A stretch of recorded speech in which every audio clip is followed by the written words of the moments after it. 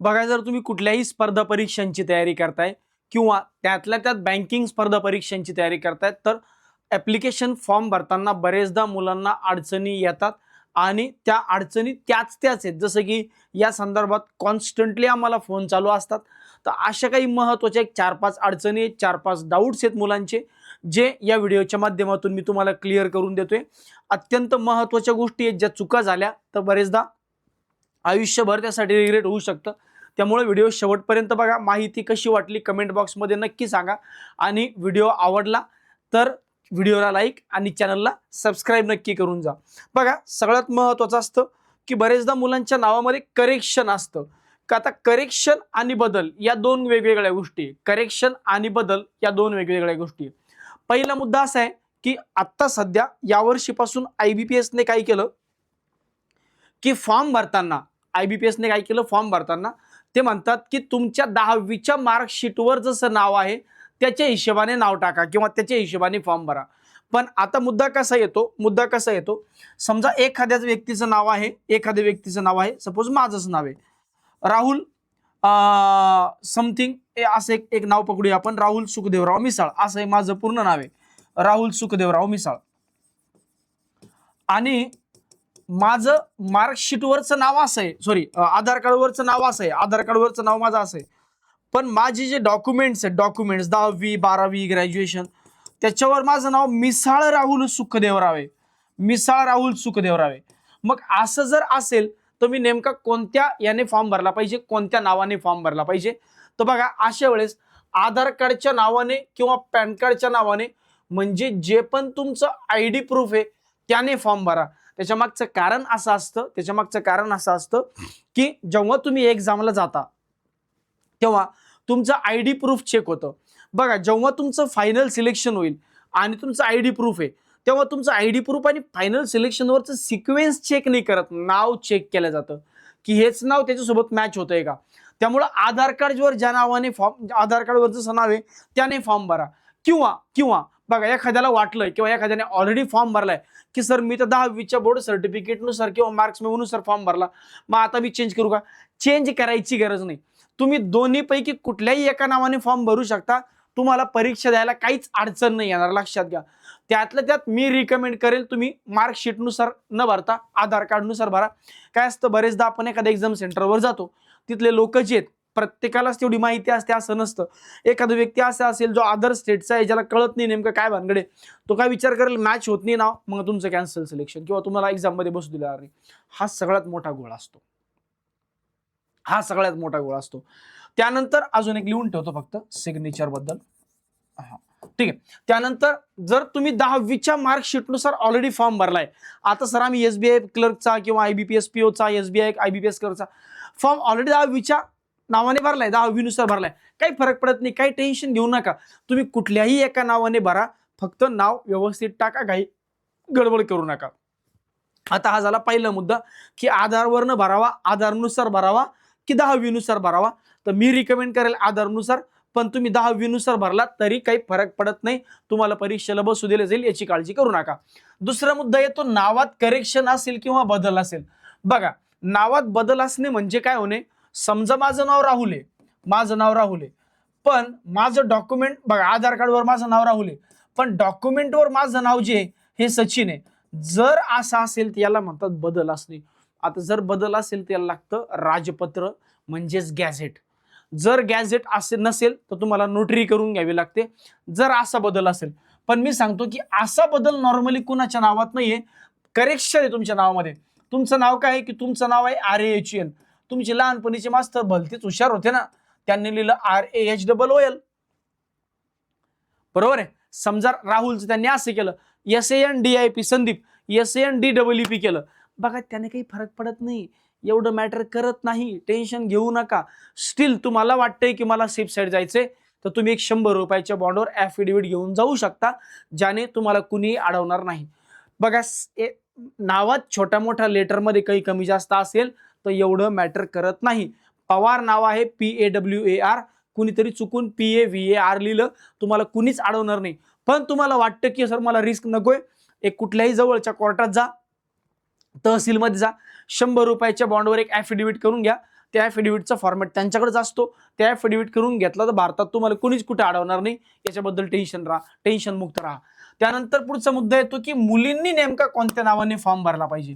बघा, मुलींनी नेमक्या कोणत्या नावाने फॉर्म भरला पाहिजे, तर मुलींनी तुमच्या आधार कार्डवर जे नाव आहे त्या नावाने फॉर्म भरला पाहिजे. आता याच्यात दोन गोष्टी आहेत. मुलींचे डॉक्युमेंट्स असतात वडिलांच्या नावाने, मुलींचे सर्व डॉक्युमेंट्स असतात वडिलांच्या नावाने, म्हणजे शिक्षणाचे कागदपत्र, जसं तुमचे अकॅडमिक्सचे मार्कशीट वगैरे सगळे वडिलांच्या नावाने, आणि आधार कार्ड पण वडिलांच्या नावाने. बघा, मी परत सांगतो नीट ऐका, मुलींचे डॉक्युमेंट्स पण वडिलांच्या नावाने आणि आयडी प्रूफ पण वडिलांच्या नावाने. मग वडिलांच्या नावाने फॉर्म भरा आणि तिथं फक्त मॅरिड मेन्शन करा. तुम्हाला कुठलंच सपोर्टिंग डॉक्युमेंट घेऊन जायची गरज नाही. काय करायचं परत सांगतो, तुमच्या वडिलांच्याच नावाने तुमचे डॉक्युमेंट्स आहे आणि आधार कार्डवर सुद्धा अजून वडिलांचंच नाव आहे किंवा आयडी प्रूफवर, तर तुम्ही काय करायचं, तुमच्या वडिलांच्याच नावाने फॉर्म भरायचं. फक्त फॉर्म भरताना मॅरिड मेन्शन करायचं, दॅट्स इट. मग ऍड्रेस कोणताही टाकला चालतो, वडिलांचा टाका किंवा हस्बंडचा टाका, फरक पडत नाही. दुसरा मुद्दा, सर माझे डॉक्युमेंट्स हे वडिलांच्या नावाने आहेत, कोणते, 10वी 12वी मार्कशीट सगळे वडिलांच्या नावाने, शैक्षणिक कागदपत्र, पण माझं आयडी प्रूफ हस्बंडच्या नावाने, आमच्या अहोच्या नावाने आहे. मग तुमच्या वडिलांच्या नावाने नाही, तुमच्या अहोच्या नावाने फॉर्म भरा, म्हणजे तुमच्या मिस्टरांच्या नावाने फॉर्म भरा. आता मिस्टरांच्या नावाने फॉर्म भरला बरोबर, आणि उद्या भविष्यामध्ये तुमचे डॉक्युमेंट्स जे आहेत, डॉक्युमेंट्स आहेत तुमच्या सासरच्या नावाने फॉर्म भरला सासरच्या, आणि तुमचे डॉक्युमेंट्स माहेरच्या नावाने, तुम्ही काय करायचं, तुमचं जे मॅरेज सर्टिफिकेट असतं ते घेऊन जायचं. मॅरेज सर्टिफिकेट घेऊन गेल्यावर काहीच अडचण येत नाही, कारण त्याचा अर्थ होतो की मॅरेज पूर्वी नाव असं होतं आणि मॅरेज नंतर नाव असे, दॅट्स इट, काही टेन्शन नाही. त्यामुळं त्याच्यातही काही टेन्शन घेण्यासारखी गोष्ट नाही. सर आम्ही काय केलं की चुकून माझ्या वडिलांच्याच नावाने फॉर्म भरला, पण आधार कार्ड तर माझं हस्बंडच्या नावाने, काही टेन्शन घेऊ नका. परीक्षेला जाताना मॅरेज सर्टिफिकेट घेऊन जा किंवा राजपत्र घेऊन जा, किंवा जसं मी सांगितलं तसं नोटरी करून घेऊन जा 100 रुपयाच्या बॉन्डवर. तर प्रत्येक गोष्टीला सोल्युशन आहे, टेन्शन घेण्याची गरज नाहीये. फक्त तुम्ही योग्य व्यक्ती, जसा की मी, यांच्या संपर्कात राहिलं पाहिजे, अशा लोकांकडून मार्गदर्शन घेतलं पाहिजे, अर्धवट शिकलेल्यांकडून नाही. तुम्ही काय करता, तुमच्या आजूबाजूच्या मित्रमैत्रिणींना विचारता. आता बिचारांना त्यांना माहितीच नाही ती गोष्ट, मग ते तुम्हाला अर्धवटच सांगतात, मग तुम्ही अजून पॅनिक होता. त्यामुळे टेन्शन घेऊ नका. आत्ता एक मुलगा आला होता माझ्याकडे, सर मी IBPS क्लर्कला म्हणे मी SBIचं डिक्लेरेशन अपलोड केलं, तर त्याच्यावर डेट ऑफ बर्थ मेन्शन. अरे काही फरक पडत नाही ना, डेट ऑफ बर्थ जरी असली तुझीच दादा, त्याने काय फरक पडतोय. त्यामुळे हँड रिटन डिक्लेरेशन जर चुकून दुसरं अपलोड झाला असेल तर काही टेन्शन घेण्याची गरज नाही, परत फॉर्म भरण्याची गरज नाही. नाही सर मला कोणतरी म्हणलं परत फॉर्म भरा, म्हणलं मग त्यालाच विचार, माझ्याकडे कशाला आला. नाही सर मला तुमच्यावर विश्वास आहे, मग त्याला कशाला विचारलं, झाकण झुल्या. हा मूळ मुद्दा आहे की तुम्ही कुणाला विचारता हे पण महत्वाचं आहे.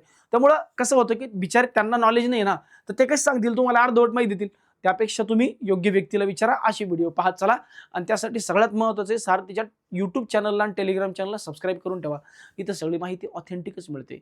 ठीक आहे, पुढचा मुद्दा, जर डेटमध्ये मिस्टेक झाली, सर मी फॉर्म भरताना काय झालं, घाई गडबडीमध्ये माझं डेट ऑफ पासिंग जे होतं, मंथ चुकला 2-4 दिवसाने, असं एखाद्या महिन्याने मंथ चुकला, किंवा डेट चुकली 2-4 दिवसाने, तर काही फरक पडत नाही. इयर चुकले, जोपर्यंत तुम्ही नियमात बसताय तोपर्यंत काही चुका झाल्यात फरक पडत नाही.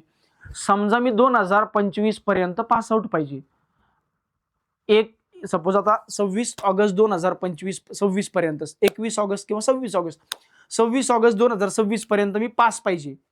पण जर चुकून मी 27 ऑगस्टची डेट टाकली पासिंगची, तर मी नियमात बसत नाही. तर जोपर्यंत नियमात तुम्ही बसताय त्याच्यामध्ये थोडंफार करेक्शन चालतं, ते नंतर आपल्याला ॲफिडेव्हिटवरून करून घेता येतं. पण जर तुम्ही नियमात बसत नसताल आणि तुम्ही ती डेट टाकली, जसं की उदाहरणार्थ एखाद्याचं वय 21 वर्ष पाहिजे पूर्ण, आता फॉर्म भरताना, क्लर्कचा फॉर्म भरताना 20 वर्ष पूर्ण पाहिजे, मग एखाद्याचं वय 19 वर्ष 363 दिवस होत आहे, 2च दिवसांचा फरक आहे. मग त्याने जर डेट चुकीची टाकली आणि तो नियमात बसत नव्हता, त्याने बळजबरी नियमात बसवलं, तर अशा केसमध्ये तुमचं रिजेक्शन होणार म्हणजे होणार. चुकून चूक झाली तर प्रॉब्लेम नाहीये, मुद्दामून चूक केली तर प्रॉब्लेम आहे. मग चुकून चूक झाली पण नियमात बसते, काही प्रॉब्लेम नाही. मुद्दामून चूक केली जी नियमात बसत नव्हती, बळजबरी बसवलं, मग प्रॉब्लेम आहे. ही गोष्ट लक्षात ठेवा. त्यामुळं काही चूक झाली टेन्शन घेऊ नका, ॲफिडेव्हिट करता येतं. सर माझा सध्याचा ॲड्रेस मी टाकला, माझा रेसिडेन्शियल ॲड्रेस, माझा सध्या मी जिथं राहतो मूळ ते राहतो आम्ही तालुक्याच्या ठिकाणी, पण माझ्या आधार कार्डवर गावाचा ॲड्रेस आहे आणि मी फॉर्मवर माझ्या तालुक्याचा ॲड्रेस टाकला, काही फरक पडत नाही. तसं त्यांनी सांगितलं तुम्हाला करस्पॉन्डन्स ॲड्रेस आणि परमनंट ॲड्रेस 2 वेगवेगळे तुम्ही टाकू शकता. त्यामुळे इथेही काही घोळ होण्यासारखा नाहीये. हा झाला मुद्दा. पुढचा सिग्नेचर. आता साईन जेव्हा तुम्ही साईन करताय, तुमची साईन अशी नसावी. तुमची साईन अशी असेल तर ही सिग्नेचर चालत नाही. त्याच्या मागचं कारण असं आहे की तुम्ही कोणाची तरी डुप्लिकेट साईन करून फॉर्म भरलाय असं होतं. त्याच्यामुळं कॅपिटल लेटरमध्ये साईन चालत नाही. सर मी अशी केली साईन तर RS मिसाळ. अरे जिंदगीत कुणी पण तुमची साईन करून तुमच्या आयुष्याचं वाटोळ करेल ना रे. अशी साईन कशी चालेल? हा सर मी साईन अशी केली RS मिसाळ, चालतं, काही प्रॉब्लेम नाही. मग थोडी तुम्ही काय झालं की थोडा तुम्हाला येत नाही करसिव्ह, पण तुम्ही बळजबरी करसिव्ह वापरली आणि केली अशी साईन, काय फरक पडतोय? समजा तुम्ही अशी साईन केली RSMISAL, काही प्रॉब्लेम नाही, आहे कॅपिटल, काही फरक पडत नाही. RSMISAL अशी साईन केली, चालतं ना राव, काही प्रॉब्लेम नाही ना. ठीक आहे. आणि जर तुमची साईन माझ्यासारखी असेल तर तुमच्या जिंदगीत तुम्हाला कोणी तुमची साईन कोणी करू शकत नाही, संपला विषय. ठीक आहे. तर मुद्दा लक्षात घ्या की साईन फक्त एकदम कॅपिटल नको. जसं तुम्ही लहान आपले कसं गावाकडे ज्यांचं शिक्षण थोडंसं कमी आहे तर असे काका मामा आपल्या अशी साईन करतात, तर ती साईन चुकीची आहे, फक्त एवढं लक्षात ठेवा.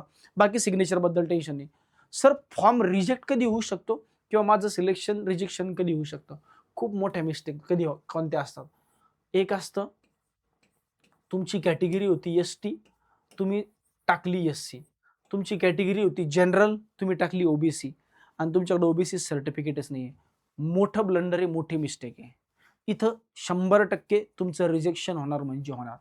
तुमचं वय बसत नव्हतं, तुम्ही बळजबरी बसवलं. तुमचं ग्रॅज्युएशन कंप्लीट नव्हतं, तुम्ही बळजबरी ग्रॅज्युएशन कंप्लीट दाखवलं. 3 गोष्टी अत्यंत महत्त्वाच्या आहे. एक तुमचं एज बसत नसताना बसवलं, दुसरं तुमचं ग्रॅज्युएशन बसत नसताना बसवलं आणि दुसरी तुमची कॅटेगरी मूळ कॅटेगरीच्या ऐवजी दुसरीच कुठली कॅटेगरी टाकली. या तिन्ही केसमध्ये तुमचं सिलेक्शन होणार नाही, तुमचं रिजेक्शन होणार म्हणजे होणार. हाही एक महत्त्वाचा मुद्दा आहे, तुम्ही लक्षात घ्या. आणि सगळ्यात शेवटचा मुद्दा असा असतो की एखाद्याचं म्हणणं असतं की सर माझं सिलेक्शन ओपन कॅटेगरीतून झालं, पण मी फॉर्म भरताना OBCतून भरला होता, तर तुम्हाला OBC सर्टिफिकेट लागेल का? हो. जरी तुमचं सिलेक्शन जनरलमधून झालं तरी तुम्हाला मूळ ज्या कॅटेगरीतून तुम्ही फॉर्म भरला होता ते कॅटेगरी सर्टिफिकेट असणं अत्यंत आवश्यक आहे. तर ही माहिती मला तुमच्यापर्यंत पोहोचवणं अत्यंत आवश्यक होतं, कारण महत्त्वाचा मुद्दा असा आहे की ही माहिती ऑथेंटिक पद्धतीने तुम्हाला एकाच चॅनलवर मिळेल, ते म्हणजे सारथी एज्युकेशन. बाकी अशाच नवीन प्रकारच्या व्हिडिओसाठी, चांगल्या माहितीसाठी आपल्या यूट्यूब चॅनलला आणि टेलिग्राम चॅनलला नक्की सबस्क्राईब करून ठेवा आणि फॉर्म भरण्यासाठी ऑल द बेस्ट.